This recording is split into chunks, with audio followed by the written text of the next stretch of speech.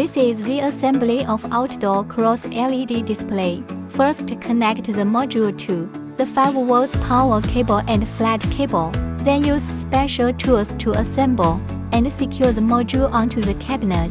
Assemble modules one by one.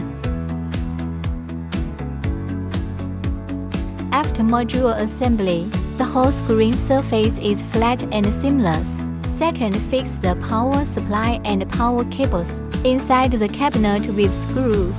Third, insert the Wi-Fi and temperature control cables into the receiving card.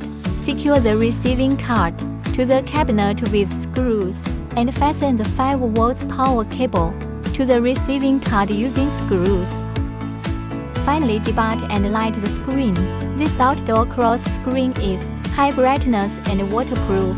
Due to the installation of a temperature controller, the screen can automatically monitor indoor and outdoor temperatures.